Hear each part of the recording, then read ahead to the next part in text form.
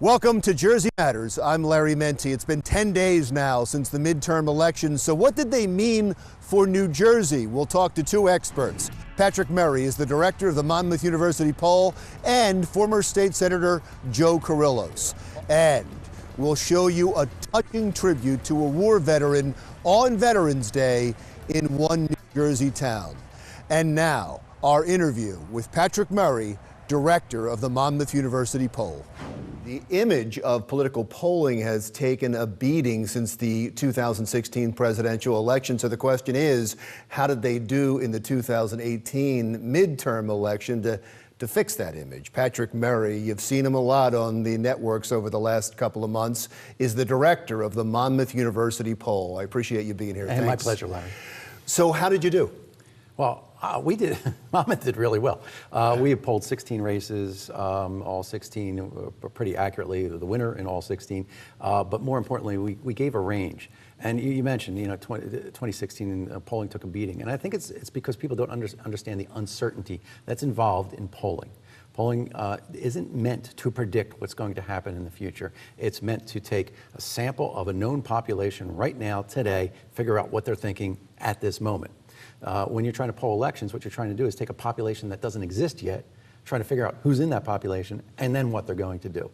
So it's kind of a violation of the principles of polling. The fact that polling can come so close to getting those things right is a testament, I think, to those of us who tried to do this really well.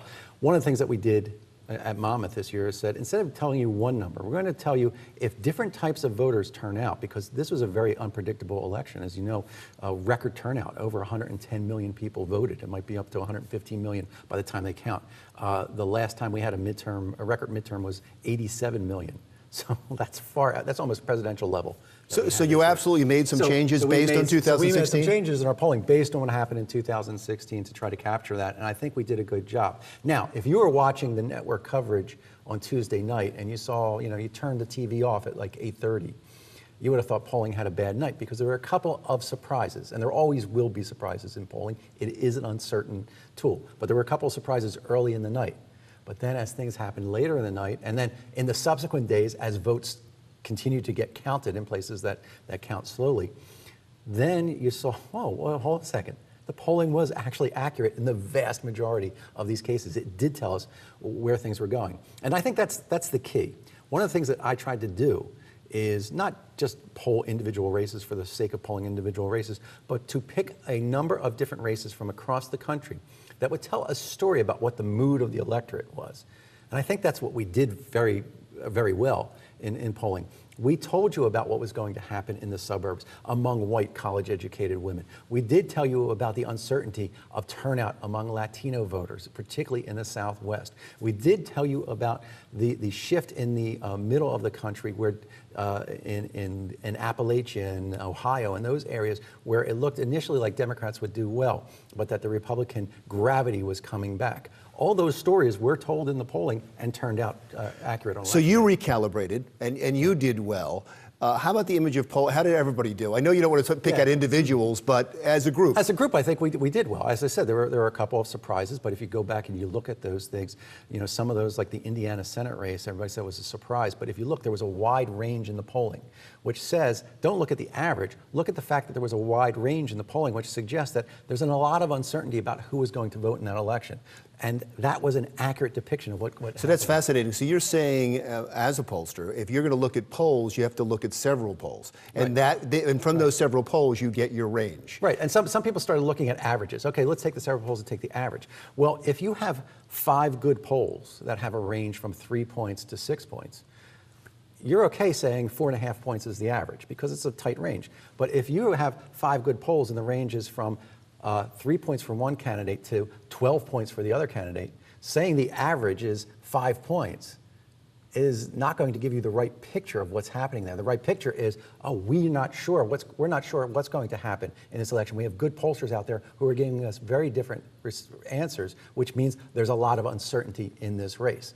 And that's the way you need to interpret these polls. It's interesting, we had a guy in here, and you're going to know who it is, I forget the name right now, but he's the guy that runs the exit polls. Joe Lenski. That's it, he was in here. And he defended the polls in 2016. He said the national polls were on the money. It was the state polls. It was the state polls, but yeah, the national polls were, this is the thing, the national polls were right. The state polls were wrong in the states where it was important.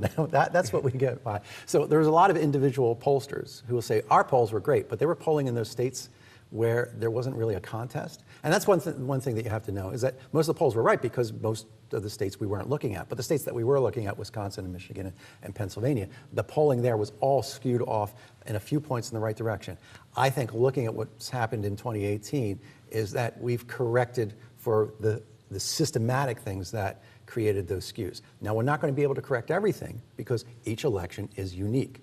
But I think what happened is pollsters corrected the things that you could correct and were able, on the whole, to capture the things that were unique about this 2018 election. And I think the industry as a whole actually did pretty well. It's really fascinating. Monmouth University has to be very proud because your fiefdom has grown. I mean, I see you on the network all the time, but more importantly, the reputation of Monmouth polling has grown to the point where it's quoted all of the time. So congratulations to you, but where does this go? What's the next step? Well, the idea, I mean, and the reason why I got into polling, and I think the reason why Monmouth hired me many years ago to start the Polling Institute, was we weren't just going to go out and just issue polls to issue polls to issue polls.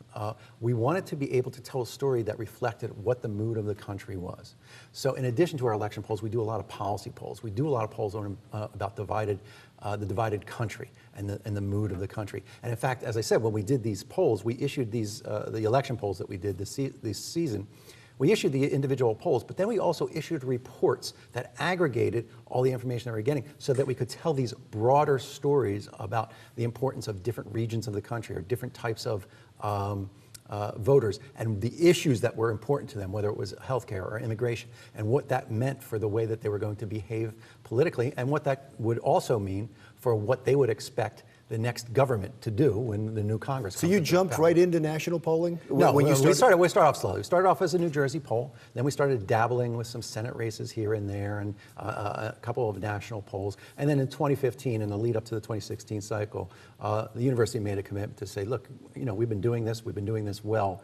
Let's make a commitment to fully engage in the national environment. It's not only important, there must be a marketing aspect to that too. I mean, the name is out there now all of the time. Yeah, we do get a lot of, we do get a lot of attention and a lot of names. In fact, you know, we have recruiters out in California who say, you know, as soon as they go to a guidance counselor at a high school and say they're from Monmouth University, they know who we are. Yeah. Let's talk about 2020. When do you start polling on that? Tomorrow. Really? Yeah, first we'll start with looking at, you know, looking ahead. Do you feel that Donald Trump deserves re-election? Then getting early into the next year, in January, February, somewhere around that time, we'll start taking a look at the opinion of potential Democratic contenders. Who knows, maybe there may be even a Republican challenger or two on the field. So we'll start taking a look at that and then get a little bit more serious later in the spring about looking at New Hampshire and Iowa and South Carolina, those early states. But one of the things I want to remind people right now is at this time, 4 years ago, neither Donald Trump nor Bernie Sanders were included in any polls. So when we're talking about what the field looks like, right, let's wait a little while because there might be a contender, and there probably will be a contender who we're not even talking about today, who will jump up and be a major player in the 2020 race. Great. Thank you so much. Yeah, I appreciate pleasure, you making the walk across the hall for us. I know you're busy. I appreciate it. Patrick Murray, director of the Monmouth University poll. When we come back, we're going to take a look specifically at some of the Jersey races and how it's going to affect policy and politics in New Jersey with political insider and former state's editor Joe Carrillos. When Jersey Matters continues.